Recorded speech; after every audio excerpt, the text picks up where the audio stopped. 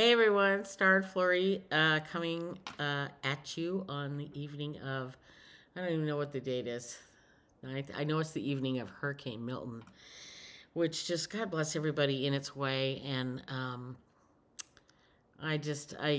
in a way I can't imagine, but in a way I can, in a small way. I was 9 or 10 when in Portland, Oregon, when the Columbus Day storm hit, which was because it came off the Pacific, it must have been actually considered a typhoon. I'm trying to think, was it 1962? So many things happened in those first 3 years when we went to Portland. President Kennedy was killed. We had the most amazing, crazy snow ever, and then ice storm, and then flooding Portland had ever seen in like 100 years. And then somewhere in the middle of all that, the Columbus Day storm, 110-mile-an-hour sustained winds in downtown Portland. I remember it like it happened yesterday. It was, I remember differently than my mom because she was, tasked. My dad was out of town, and my mom was tasked with taking care of 2 kids with no power, no anything for 12 days. And fortunately, we were campers, so she had a Coleman stove, we had Coleman lanterns, we had whatever those take. It's not propane, but it's something else. Not kerosene either, or something. Anyways, we had all that stuff. And of course, this is a situation not anything like what's going on today because we had no warning. None. I remember getting out of school early because something was happening. Something. And my brother was like going to take off without me, and they made him come back and take me with him. So we knew something was up. And we got home, and we also knew something was up when Mom said, "Oh, hi, you want some cupcakes?" Because usually if we arrived home early, it's like, "Go back to school." Why are you here? She had other plans. So apparently word had gotten out that something was going on. But, and then I had a friend from school whose mom was a nurse, kind of lived just, she wasn't far. We kind of lived on a hill, but she was kind of over there. And her name was Susan. The person my age, his name was Susan. And, her mom was a nurse and was at the hospital, and so she had called my mom and said, "Can you take Susan?" Absolutely. So Susan came and her mom said, "I'll be there as soon as I can." And so Susan came on with us. Everything was fine, and then the wind started to blow, and oh my God! We'd never seen anything like it. Well, of course we hadn't. We were only 9, but oh my God! And then Susan's mom arrives. What seemed like in the height of it, but it wasn't because the height was yet to come. But her mom shows up and says, "Oh, we'll just walk home." And my mom is like, "Are you crazy? There are trees flying." It was insane. And she's like, "No, we'll be fine. We'll call you. Like the phones will still be working when we get there." And when they get home. And so fortunately they got home, they called and said, "We're home. And everything is fine," and then the lights went down and the electricity went out, and that was the end of it. And we lived on my mom and dad had purchased a beautiful home in 1961. It wasn't beautiful at the time, but it had its beautiful history. It was gorgeous inside and lots of floor-to-ceiling windows. It was kind of 1948 mid-century modern, right up my mom's alley kind of place, and it was in disrepair. It needed a lot of help, which they were happy to do. Anyways, but we're there, and we're all kind of like, well, I don't even. Of course, bear with, because I'm remembering as a 9-year-old or 10-year-old. I think it was 9 or 10. But it's also combined with the memories of my parents because they've told these stories for so long. But anyways, but the house was kind of long and with these beautiful windows looking eastward.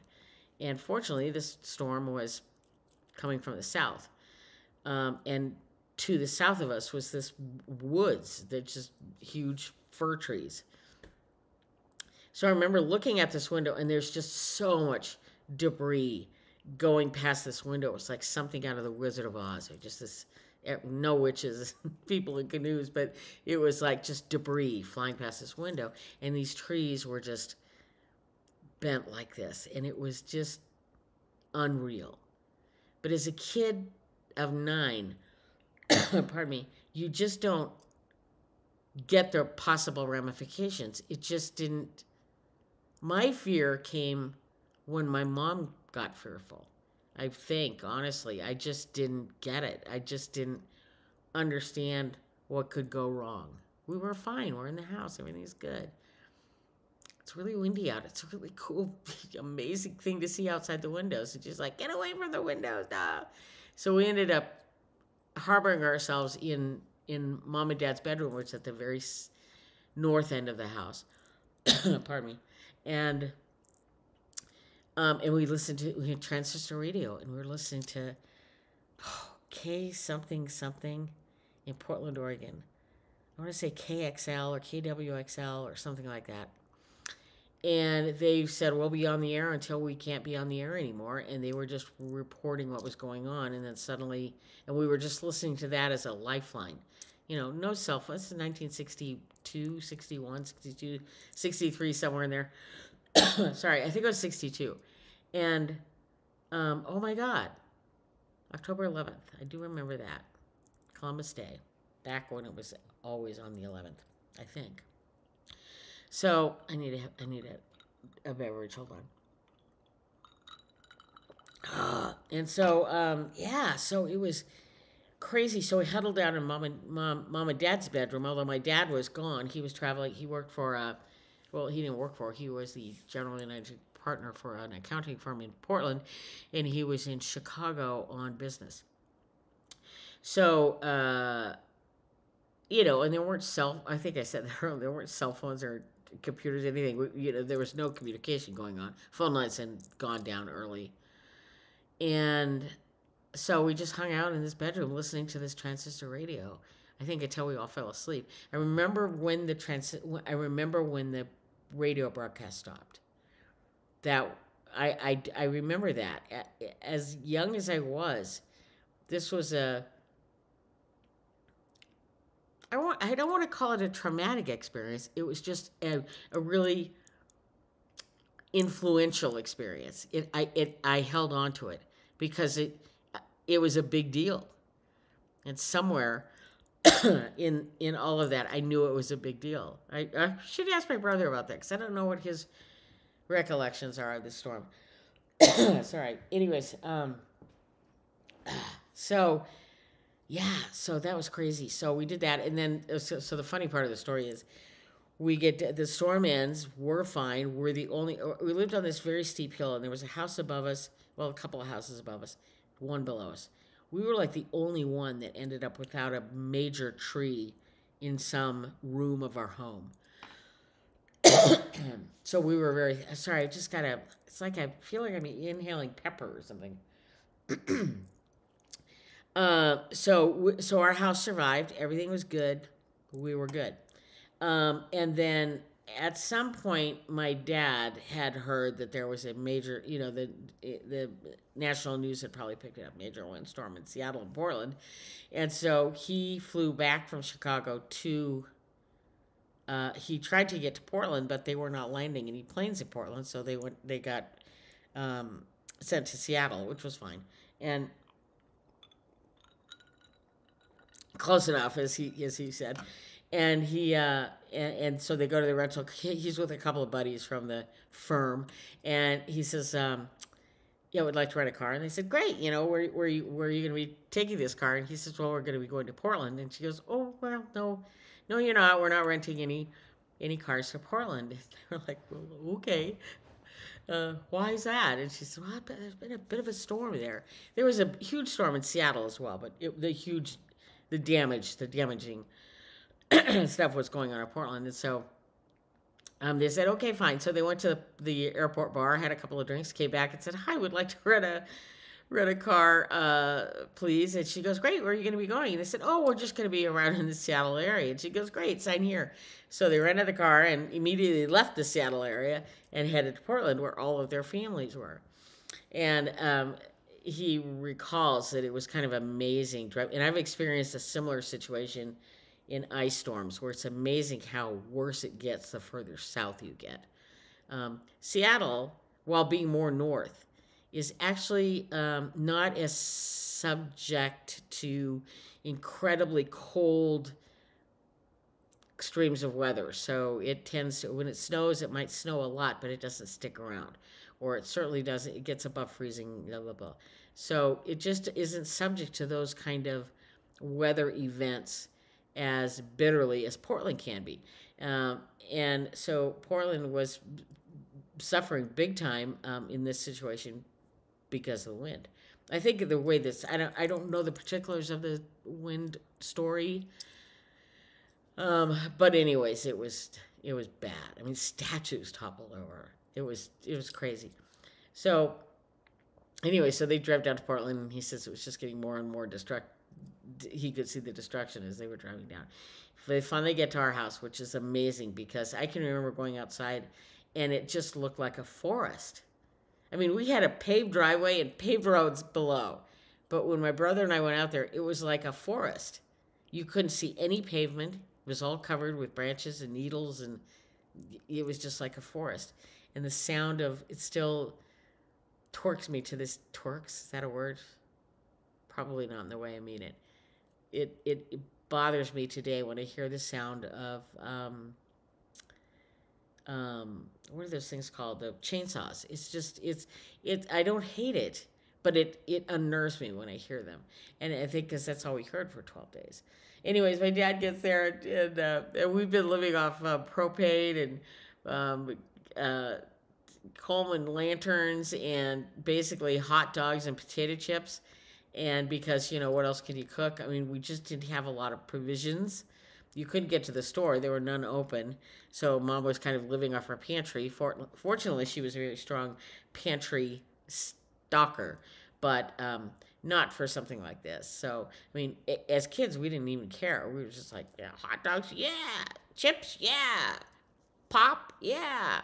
And but Mom was just, I can't believe I'm feeding my children this stuff. And then Dad shows up and he goes, he's like, are we still out of power? And she goes, yes, it's been out for 7 days or something. And he goes, dang, if I'd known it was going to be out for this long, I would have found a hotel or something to put you all up at. And Mom was just like, if daggers could come out of eyes. She was like, are you freaking serious? Because, oh my God, this is a thought you should have had 4 days ago. It was a very funny story, and it was told often because Dad was a little bit, I mean, of course he loved his family. He cared about his family, everything about it. But he just was out of the picture out of the moment at that point, and just didn't get that Mom was under a lot of stress. So this is a very funny story. But, I can laugh about it now, and I hope that people in Florida 30 years from now can tell their stories and tell them with forgetting the bad stuff and remembering the humor. I mean, I'm just thankful I was so young. I didn't know about the bad stuff. I only remember the good stuff. So hopefully that will be their situation. But bless them all and speedy recoveries and I know Florida is a strong state and they will handle this well. They are not these storms are not new to them and they will get it. On the other hand, apparently they're too new to Mr. Trump because he mentioned the other day, and this is legitimate comment. He said he didn't know what a Cat 5 was. He hadn't even heard of them. Okay, so see, so without making comments, I just want to say, please vote. I don't care who you vote for, but please go out and vote. Make your voice heard. And if in any small way it concerns you, that a man who lives his primary life in Florida as an ex-president in charge of FEMA has no idea what a Cat 5 hurricane is, then maybe he is not the man who should be leading this country. Just saying. That's all I'm going to say. And I get to say that because it's my channel, and if you want to rebut or do anything down below, I will remove it. This is not a political discussion comment area or video. The point being, please go out and vote. It's important that you vote. Make your voice heard. Thank you. My PSA is done and over. Okay, so I have a couple of things to show to you. So we had a big, what do they call it?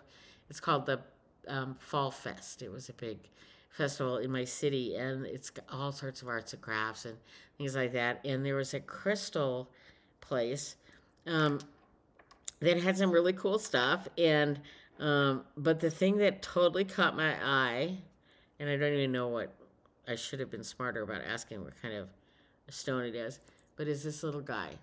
So it's a little, if I get it close enough, it's a little bat. Isn't he cute? Oh my God. So I have him, he's just about an inch tall. And then they had, I think it's a milky quartz, I don't even know what they officially call it, but they also had a little ghost. So I have my ghost and bat on hand to take care of me over this spooky season. So that's really fun. So I want everybody's showing off their planners now. This is not a planner to speak. Sorry, it's a Hobonichi Weeks, so technically it's a planner. But I use it mostly for grocery shopping because it's just like right down the list. It's my notepad of lists.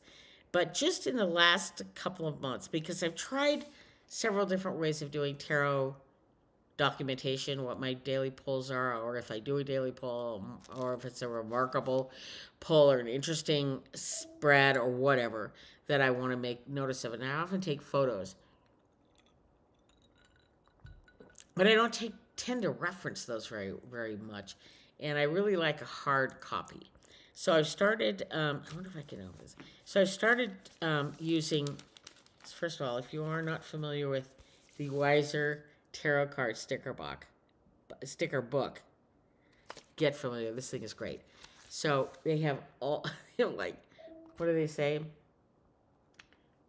32 complete sets of all 78 tarot cards. Over 2,500 stickers. So, and they're all really tiny. Which at first I was like, I don't know if I like that. But now I love it. And this is one of my pages where I don't want to give any info away. But I'll pull it far enough so you can't see. So here, let me show. So here is the calendar. And then on this side is just kind of notes for anything you want to do. And what I do is just do the stickers of the poll that I made that day. And here's another. So I have about a month. I've been doing it for about a month. I don't hit every day, but I hit most of them. Well, not always. Like here's one I almost got all the way. So you can see the stickers.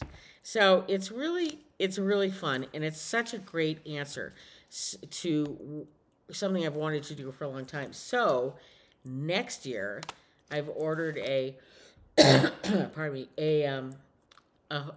for what I normally use this for, which is basically keeping track of my freaking life. You know, it's a supplement to my Apple Calendar and then any kind of grocery lists and things like that. But I also ordered a Hobonichi Techo, I think they call it, which is I want to call it A6.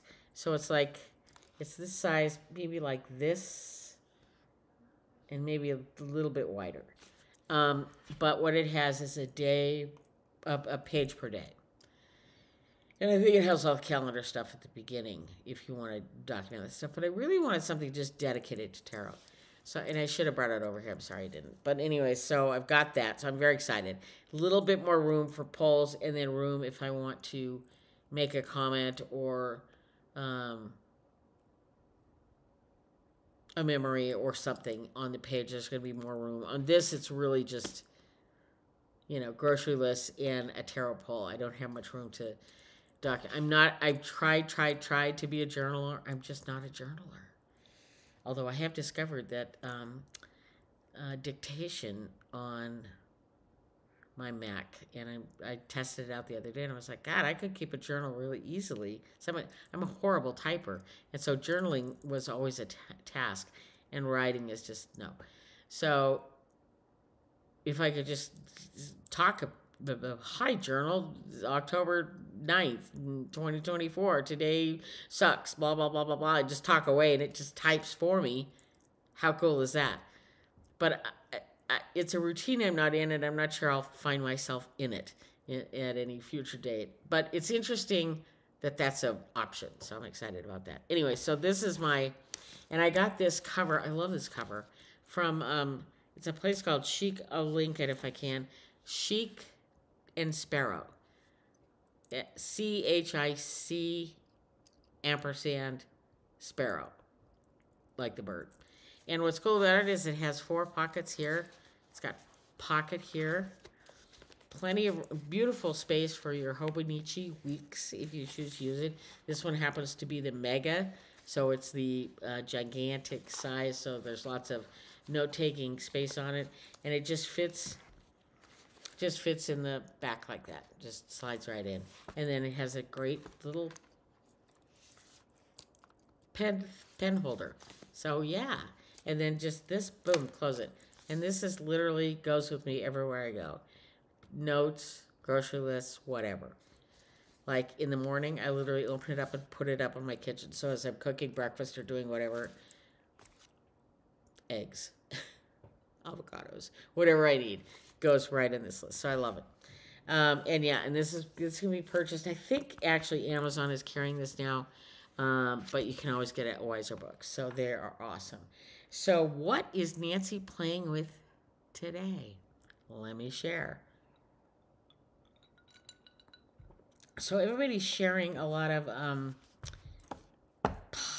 fall decks, I guess, which is great and fine and everything, but I'm just going to show, and I appreciate that because I do get reminded of decks that I like the, what is the one, the Halloween Tarot, the Trick or Treat Tarot, the one by Barbara Moore. I just pulled it out, and it's really fun, and I forgot how much fun it is, and so that was cool. Oh, I lost this. Hold on. Where are we at? Okay. Let's just checking time. These are the best little things. They're magnet things for, like if you want to, well, they're like, what am I trying to say? What are they called in normal life? Like a book clip or something. I use it just to kind of keep my planner under control, so I don't have to fly through the pages every day. It's just right there. Anyways, they're really cool. They're also available on, the Amazon that is God. So anyway, so I wanted to talk about, so I'm going to blame Tammy Pie and thank her. Blame her and thank her. I love her so much. She's in Hawaii now and just did a great video of just a walk around the Big Island. And oh my gosh, it's so beautiful there. And some of her moments are so poignant. She's just really fun to follow. So if you get a chance, Tammy Pie is just T-A-M-I-P-I-E on YouTube. Check her out. But anyway, she turned me on to this by just doing a post on Instagram, I think. It's called the Amulet Friends Oracle. Amulet Friends Oracle. And it's such a lively box, very sturdy, hardy box. But I had this bag from, I've mentioned her before, Chima Hashu. And I was like, and I have not had the right deck to put in it. And I saw this box. And I was like, oh, I finally have deck to put in this bag. Anyways, it's a really fun. If I can get it out there. Comes with the deck itself comes with a cool little guidebook and just a what I call a chunky little white book, and then the deck, which is, and I probably have mentioned this before, but I'm not sure. I've recorded a lot of videos. I just haven't posted them because for whatever reason. So this deck, I've become quite the card snob. I just like linen style decks, and I like decks that aren't bigger than normal tarot size, and I don't like mini Llewellyn decks. There's just, yeah. So anyways, that's my deal. But the thing that turned me onto this deck was not only the artwork, but the fact that it was linen style cardstock. I don't think it's I think I shunned a light through it. I don't think it's black core, but it doesn't matter. It's just so great. So these are the backs. Very lively, very fun. And it's an oracle of it's like a more than a tarot deck size. So I think it's, how many cards is it? Does it say? Let me see. I don't know if it says on here or not. I should look this up before I get on here. But it's a lot of cards. I mean, maybe like 90, maybe even 100. But they're just really cool. Deja vu. Desire. And each and every border is just a little bit different. So each card is just unique in its own way. And that's what makes it so awesome. And I haven't done, pardon me again, I haven't done a lot of work with this deck yet. I just got it. But, oh my God. This artwork is just to die for. And it's just, I absolutely adore it. And I love the words that are on here. And I can't give you a review of the little white book because I don't know. But if this is, if these cards inspire you, what does this say? Beingness. I love that. Yes, please. I know nothing. So it's a nice oracle, but it's not a, what am I trying to say? I think it's a balanced oracle. It's not going to hurt you in any way, but it's not going to fluff up your life either. So, anyways, it's very fun. And I wish I had the, do I have, it's by Holly Simple, Simple. She has a great little website and also really cool Instagram, as I recall. I've been having a lot of fun these days checking out creators' Instagrams because I'm really sad I've missed out on a couple of decks that I really want because I wasn't paying attention. So, anyways, so there's, I know I say this a lot. So I don't know who turned me onto this deck, but it's called the Windmill Flag. The Windmill Flag Tarot. I love the front of the box. Got a little spot, what do they call it? Spot gloss of the bluebird. And I got these both from Vermilion. Vermio, I don't know how to pronounce it. Vermilion. And this one is the Rings of Fortune Tarot. So I will tell you, these have become my most recent go-tos. I adore them. Now, one thing I've discovered over time is that I'm just partial to RWS. I like RWS decks. I don't mind new decks and new ways of interpreting blah, blah, blah, blah, blah. But the bottom line is what I find is that I look at their images and then I look at their titles. And it's almost like I have to decipher. I'm seeing an image and then I see the Knight of Swords, and what do I know about the Knight of Swords? So it's like this three thing. Whereas with regular RWS decks, I see the image and I know what it is. I don't have to go through those steps. And I'm finding, which I never thought, because I really like art decks, I really like interesting decks, artwork-wise. But I realize when it comes to reading these decks, and I still collect them, and I love each and every one I have. I feel like I'm defending my deck choices. But I will tell you that the decks that I go to the most frequently are pretty much RWS clones. And this is right in that wheelhouse.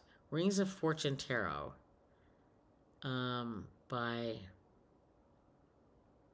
808 Playing Card Company. So the backs are really cool.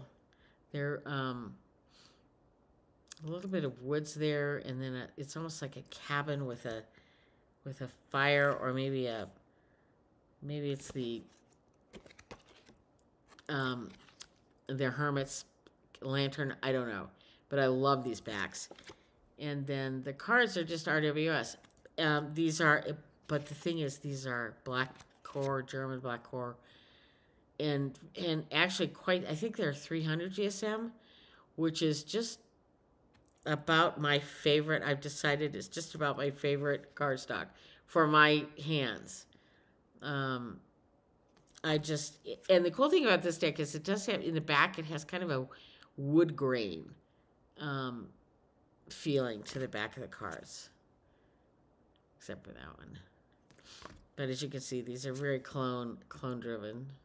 But you can kind of see the wood grain in the back here. I like the fact that the titles are big enough I can read them. So many decks, and I'm critical of some recently because they are just like the Chromatic Fates. Come on. I mean, the Chromatic Fates, it's a beautiful deck, but it's like a 6 font on their titles. And their artwork is just off enough that, yes, you can figure it out, but I don't want to have to figure it out. I don't mind if there's strong symbolism in a card, but if I have to really search and then don't have a title of the card, it just feels like I have to work too hard, that if I'm going to try to bind anything together, it's like I'm unable to. That makes sense. Anyways, but so you can see the wood grain up here on the top. It's this really cool deck. Kind of muted colors, and I don't mind that. It's just a really, really beautiful deck. I'll put the link down below if anybody's interested. So that's a really cool deck, and I've really been enjoying working with this particular deck. And it's a very, as tuck boxes go, this is pretty darn nice. Have I gotten to this one? I think I showed a little bit of it, then I pulled it away. The Windmill Flag Tarot deck. I have no idea who turned me on to this. It might have been Simon, but I don't want to blame it on him either. Very nice, chunky little white book comes with it. It's by, I should say, I have any info? Maybe I don't. I don't know where this came from. Oh, well, teeny tiny. Here, I'll put it up here, and if you want to pause it and can enlarge it, then you can do that. So I have no idea what, as close as I can. But I certainly can't see it with these eyes today. So I love this deck. So these are the backs. Also a linen, not as thin of cardstock as the last one I showed, but I think this is a 330 GSM, I think, according to the website. But the it's again RWS. I love that the titles are big enough that I can read them. And it's I can't tell you how much these images to me are just so beautiful. It's very RW. There's a little changes here and there. I mean, I think they've taken some artistic license, which is fine, but nothing so out there that you don't know what you're looking at. And for me, that's become important. And maybe, and I will tell you that I don't want to go on a rant. I know you all love it when I do. Isn't that beautiful? Oh my God. Gorgeous. This looks like where I live.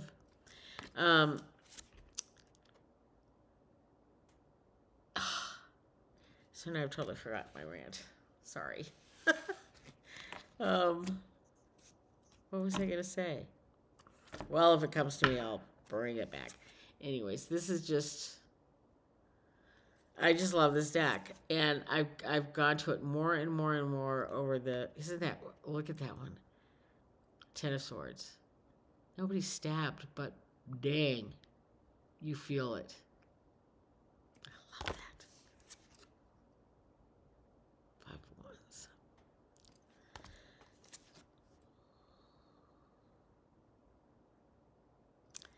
It's just a really cool deck. I just cannot recommend this more highly. It's just for anybody who's looking for just an interesting... Now, there are two Fools in this deck. There's one with kind of an alien-like figure as the Fool, and then this kind of the more normal clownish Fool. And I picked this... Well, I'm sorry. This is the Two of Pentacles. But very similar to the Fool, and now I want to dig that out because I want to show you the difference. Oh, that was stupid of me. My apologies.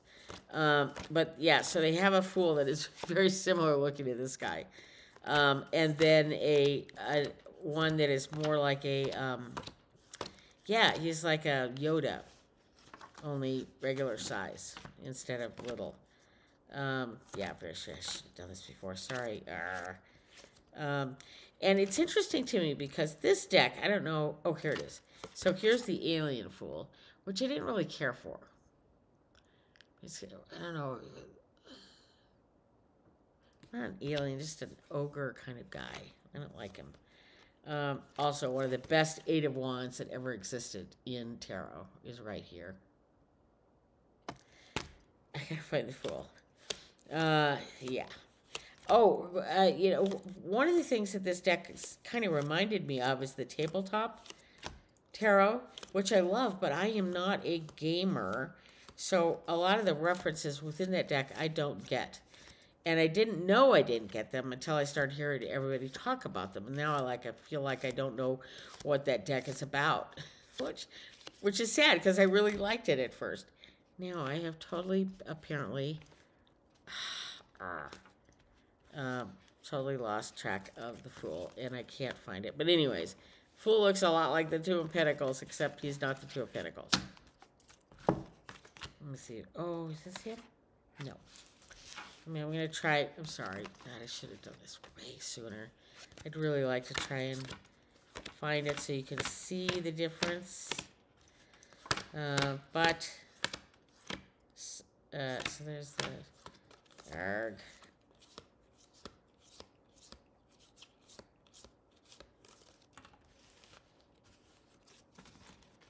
I do not know why he's gone. It's almost like he disappeared for the deck. But now it's become a mission. So... You'll have to just kind of... Here we go. Here's the Fool. So, I really like... Okay, so he doesn't have the Harlequin pants. But whatever. He's... I like him a lot more than the alien. So, and then the other cool thing about this deck is it's got this beautiful copper gilding. And it's the soft kind. It doesn't hurt your hands at all. I love it. I love this deck. So thank you to whoever. Like I said, I think it was Simon, but I'm not positive. So, the other deck I've had, well, a lot of fun with. Now, I have the After Tarot. But now I have the Before Tarot. And somebody was using it in some reading, and I was like, why does that look so familiar to me? Super familiar. And I realized it because it was familiar because of the After Tarot, which is a tarot based on RWS, based on what happened in the image after the image. So, and this one is the before. And for whatever reason, I adore it. And it's not that thrown off that you're getting all sorts of different, these are the backs, also top 10. And it's Los Scarabeo, so it's a great, wonderful, just smooth as all get out cardstock. But there's not that many alterations on it to be weirded out by it. But I love this. The swords haven't quite pierced the heart yet. You know, little things like that. I'm going to turn it so I can see these beautifully. But yeah, she's like not quite. She's kind of asleep. She hasn't quite woken up with the anxiety yet. I don't even know what that is. I can't. I mean, I know it's the Eight of Wands, but I don't understand. But Nine of Pentacles, where the hawk is just arriving.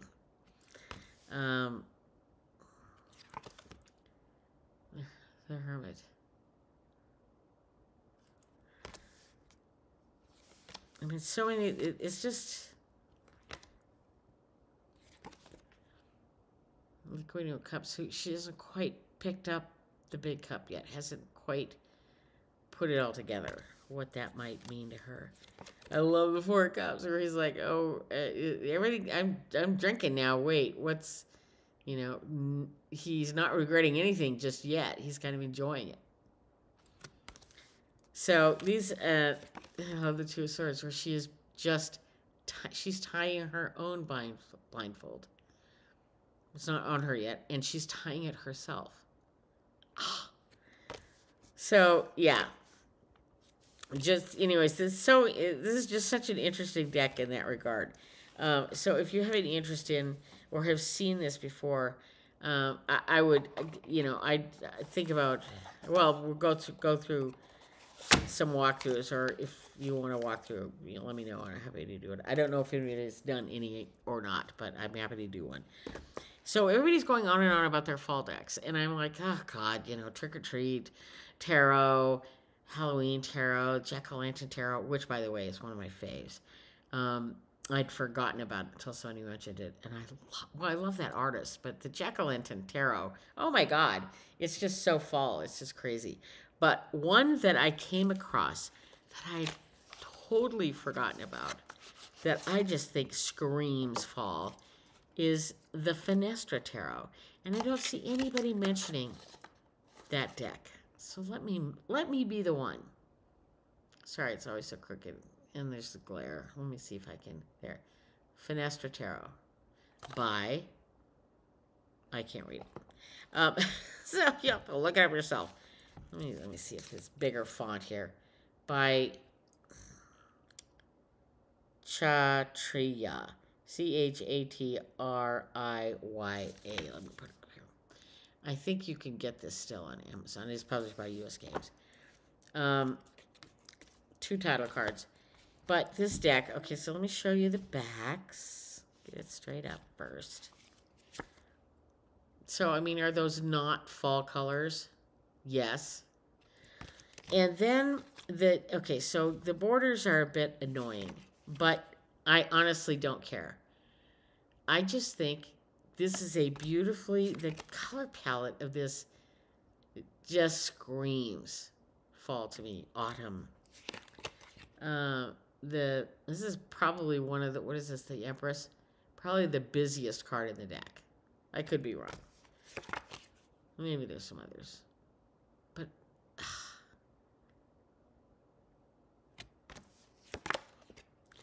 just in the star. Oh God, look at that. I had never spent a lot of time. I got this deck quite a while ago, and I'd never spent much time with it, and now I'm just like, I can't get enough of it. And that's kind of something I want to talk about. I'm going to spend more time talking about this down the road, but it's so astounding to me how many, I mean, I have a lot of decks because I'm a total collector. I got totally into that whole thing. And now I'm kind of trying to back off because I think it's overwhelming. There are times when I look for a deck, I can't find it. I'm trying. Did I try to organize these from the get-go? Absolutely not. Do I wish I had? Yes. So anybody, if you're just starting a collection, as small as it might seem, document it. Just write it down in a spreadsheet on Apple or whatever. Keep track of it, because if there's a point at which you're going to get more decks, and at some point you might get overwhelmed. And I'm overwhelmed. I will admit that completely. But the other part that's really fun about that is discovering decks that, like, I'll watch walkthroughs or people discovering decks, and I'll go, oh my God, I have that. Like, what was it? Oh, I was watching. Or not watching. She just posted something on Instagram. Marlena Teresa, who posted this great little spread, and I was like, oh my God, I love the vibe of that deck. And it was somewhat familiar, but so I would you care to share that deck? And she did. It was the I would have pronounced it the Rohrig, Rohig, something like that. And it was like, oh my God, I have that deck. And so, of course, I went on the search, and it took me forever.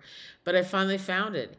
And I realized very quickly why it's a deck I don't use very much. It's very big. I mean, big. But tall. Not wide, but very tall. And at the time that I had gotten that deck, I probably ordered it not knowing it was huge. And so kind of went, okay, fine, interesting, blah, blah, blah, and then put it away because of the size. I probably wouldn't use it. But now that it changed my shuffling habits, and much more a side shuffler or a side, well, let's see. I don't even know what the name is for that. I know when you just shuffle a deck of cards, it's called riffle. Well, riffling and then bridging is what I call it. So if you side shuffle, like just, side over side, that's one way. But you can also shuffle long, I don't know how to describe it, long ways without the bridge. So that's kind of what I can do with the Rohrig.